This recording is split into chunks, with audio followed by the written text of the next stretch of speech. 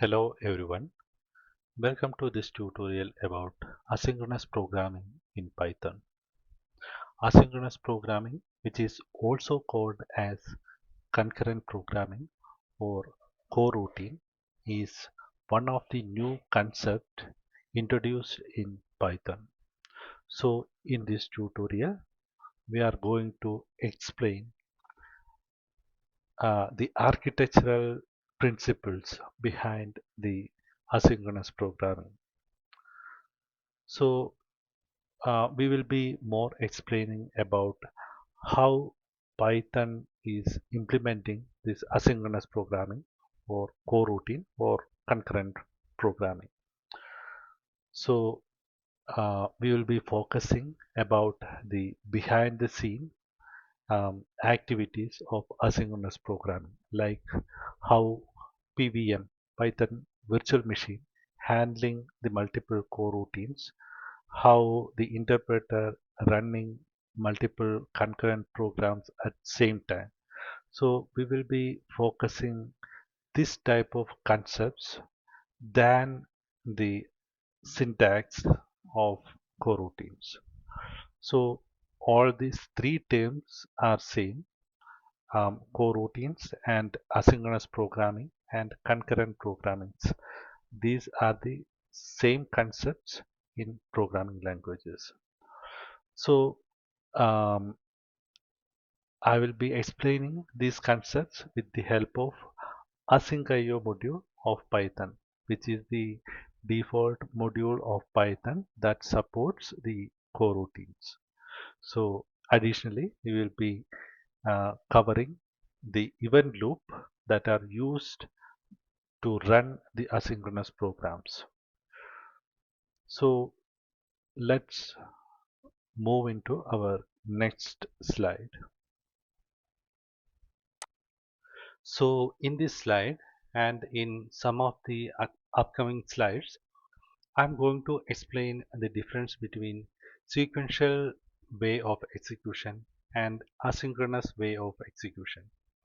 So in Python by default, um, all the programs are executed sequentially. So instructions and tasks or functions are executed one by one. So a program in Python will be having a lot of instructions, functions and all. So each of these instructions and functions are executed one by one sequentially. And by default using Python is using a single process and a single thread to execute the program.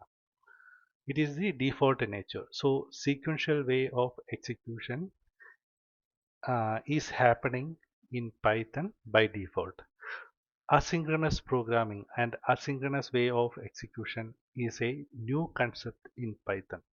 So we have to write our program in that specific manner, then only that program will be executed in asynchronous way. So in this slide and in some of the upcoming slides, I am going to explain the mm, difference between this sequential execution and asynchronous execution. So I am going to explain these concepts with the help of a burger shop example as you see here. So um, what you are seeing here is a burger shop example, a simple burger shop example, and this example is picturized to describe the sequential way of execution. And in the next slide, I will explain the asynchronous way of execution. So in this particular example, you can see they have a kitchen. So the food is actually cooked inside this kitchen, and they have a reception here or counter here, and a counter boy is here. So order is actually taken and processed by this reception and reception boy, and they have a queue of customers. They are here to provide the order and to buy the burger. So in normal way of their burger shop's execution, this burger boy is calling each customers one by one and taking the order, and his processing means he's doing billing, those type of things activities he's doing, and after that the order will be sending into the kitchen. So once the order is sent to the kitchen, the cook will be um, cooking the burger, and it may take some time, right? 5 minutes or 10 minutes. In some cases, it may take 30 minutes if order is very big. So in that case, in this sequential way of execution of this burger shop, all others have to wait until the order is completely cooked. So the people like the reception boy and the customer who provide that order and all other customers have to wait until this order, right? This burger order is cooked completely. Once it is cooked, he is handovering that burger to this reception, and the reception boy hand over it to this customer, and he's leaving. Only after that, uh, this reception boy calling the next customer. So uh, customer one customer will be called and his order will be delivered, and the next customer will be called and his order will be delivered. So this is the way of execution in the sequential burger shop example. Okay, so you can see this is not fast. The queue will not move that much fast, because if one customer's order is taking 30 minutes or 1 hour, all others have to wait the whole 30 minutes or 1 hour. Only after completing it, the next customer will be called. But it is very simple. The chance to get error is less. The error means one person's bill is giving to another person's, one person's order is giving to another person. So this type of complications will not be there. It is a very simple way of execution. Chance for confusions and errors are less, and this this reception boy is getting a lot of free time, and everyone have to wait. On the other hand, waiting time is very huge, and this queue will be moving very slow. And yeah, so you can see a lot of ways to improve the operation of this burger shop, but we will see those ideas in the next slide. So actually the concurrency or asynchronous programming is to improve the operation, right? This execution speed and operation of this type of a sequential method. So here in this slide, I'm stopping by just explaining this uh, sequential way of execution of the burger shop. The next slide, I will just connect this example with um, our Python program execution, how it relates and all I will explain. So I'm stopping this slide right here, and I am moving to the next slide. So this slide is the continuation of the previous slide.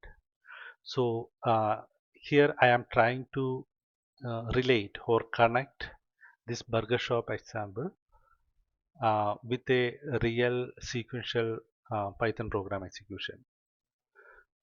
So I am going to connect each of the elements in this burger shop with the corresponding Python program execution elements.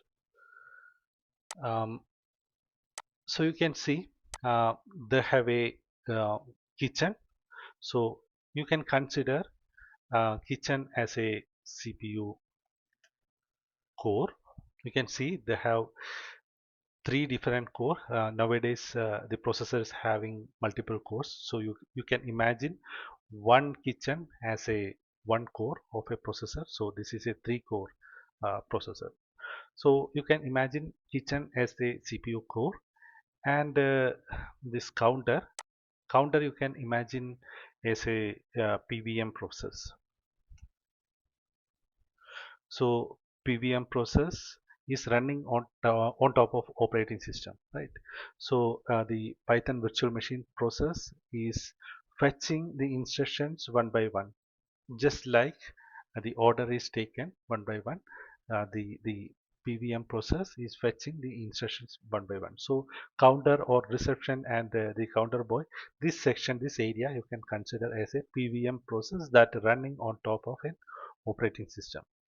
And these customers uh, that are going to be processed by the PVM process, these customers, they are in the queue, right? You can consider them as the tasks or instructions to be executed. So these are three different elements of our burger shop and how they relate into a Python process, right? A Python way of execution. So they have a normally Python program will be having a set of instructions. So they have to run one by one in sequential manner. Um, and PVM is actually fetching those instructions or tasks one by one, and it will be sent to the processor by this PVM process operating system. Actually PVM is running on top of operating system, so one by one it will be sent to the kitchen or the CPU core. So CPU is actually executing. So this is the actual relation. I can just show you those sorry. So I can show you those execution here. The first you can imagine.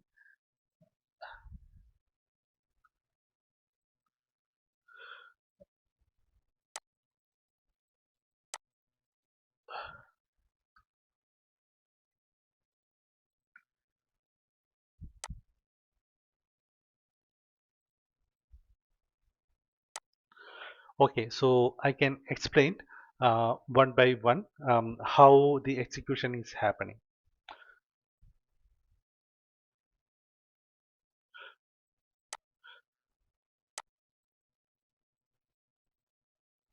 How I am going to explain how in this sequential burger shop example, how the instructions or the order is operated. So here as you know, they have a reception boy. He is calling the instructions or the customers one by one. So he'll be calling the first customer. So first customer reaching the reception, and he is giving the order, and the PVM or the reception boy is processing his order and sending that order into kitchen.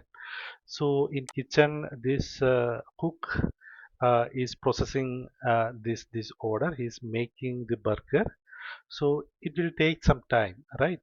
So at that time, all other customers are waiting, including the PVM and the customer who gave the order. Everyone is waiting for the completion from the kitchen. So this is, as you know, PVM process will be running on top of operating system. Operating system convert this task into assembly language instructions, and it send these assembly language instructions one by one in order, and the operating system managing sending this instruction to uh, uh, CPU core. So here you can imagine something like this. In this kitchen, this burger is cooking, and by that time, no, at that time, all the customers are waiting, um, and even the PVM is waiting. And once the uh, operations are over or from CPU core, and it will be passed through the operating system into the PVM process. So PVM is getting the results, and then it is completed. Is um, giving that order, is delivering that order to the customer, and the customer is leaving. Okay, customer is leaving, and he's calling, the reception boy is calling the next customer, and the next customer is also doing the same thing, and his order is also processed in the kitchen, and everyone else is waiting, and once it is completed it will be delivered, and he is also leaving, and the next customer will be called, and next customer will be called, and his order will be also processed here, and others are waiting. So this is the sequential way of execution. One by one the customers will be called, and their uh, order will be processed in the kitchen, and while it is processing, all others are waiting in the queue.